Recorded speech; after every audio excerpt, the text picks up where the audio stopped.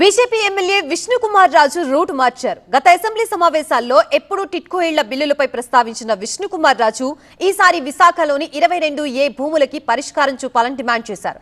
Speaker కూడా ఈ సమస్యని నాంచకుండా తేల్చాలన్నారు. దీంతో వీలైనంత త్వరగా 22A భూములకి పరిష్కారం చూపుతామన్నారు మంత్రి అనగాని సత్యప్రసాద్.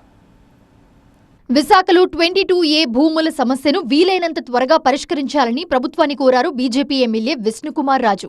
కమిటీ వేసి శాశ్వత పరిష్కారం చూపాలన్నారు ఆయన. ఇది 47 సంవత్సరాల నుంచి పడుతున్న మానసిక వేదన అధ్యక్ష. ఎన్నోసార్లు నేను కూడా సభ దృష్టికి తీసుకుని వచ్చాను, కానీ దానికి పరిష్కారం కాలేదు అధ్యక్ష.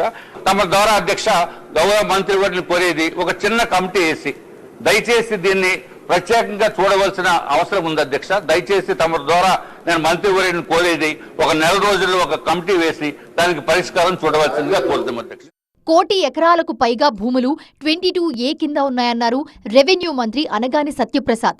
రెవెన్యూ క్లినిక్లు పెట్టి భూ సమస్యల పరిష్కారానికి కృషి చేస్తున్నామన్నారు. స్పెషల్ డ్రైవ్ చేస్తా ఉన్నారు అధ్యక్ష. కలెక్టర్లందరూ కూడా రెవెన్యూ క్లినిక్లు పెడతా ఉన్నారు. దాంట్లో మంచి స్పందన వస్తూ ఉంది అధ్యక్ష. ఏదైతే రాష్ట్రంలో దాదాపుగా 1,80,00,000 ఎకరాలు ఈ 22Aలో ఉంది అధ్యక్ష. దాన్ని ఎక్కడైతే ప్రైవేట్ భూమి కానీ లేదా పేదలకు లబ్ధి పొందే విధంగా గౌరవ ముఖ్యమంత్రి గారు చాలా క్లియర్ చెప్పి లార్జర్ ఇంట్రెస్ట్గా పేదలకు ఎక్కడైనా మంచి జరుగుతుంది అంటే తప్పకుండా ప్రభుత్వం తరఫున నిర్ణయం తీసుకుందాము. ఈ 22A వల్ల ఇబ్బంది కలగకూడదని లక్ష్యంతో చెప్పారు అధ్యక్ష. ఇవన్నీ కూడా సబ్జుడిస్లో ఉన్న ఇష్యూస్ అధ్యక్ష. ఇది అంటే గవర్నమెంట్ పరంగా మనం చేసేది కాదు అధ్యక్ష. ఇవన్నీ కూడా సబ్జుడిస్లో అయినప్పటికీ కూడా ఈ సమస్యలు ఉంటే మీ ద్వారా మాకు తెలియజేయమని చెప్పి అధ్యక్ష. తప్పకుండా వాటిపైన మేము పరిష్కార మార్గం చూపిస్తాం. 22A సమస్యను తేలికగా తీసుకోవద్దన్నారు స్పీకర్ అయ్యన్న పాత్రుడు. 25% సమయం ఈ సమస్య పరిష్కారం కోసం కేటాయించాలని మంత్రి అనగాని సత్యప్రసాద్కు సూచించారు స్పీకర్.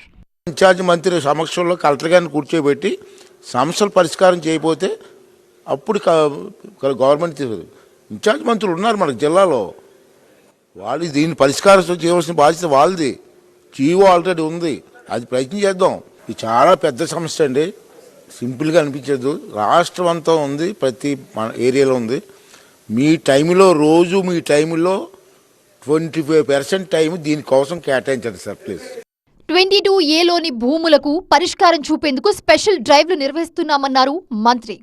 ప్రతి కలెక్టర్ గారు కూడా స్పెషల్ డ్రైవ్స్ తీసుకుంటా ఉన్నారు.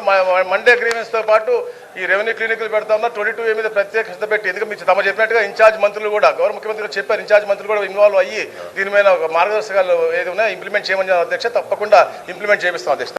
న్యాయపరమైన చిక్కులను అధిగమించి 22A కింద ఉన్న భూములకు విముక్తి కల్పిస్తామన్నారు అనగాని సత్యప్రసాద్.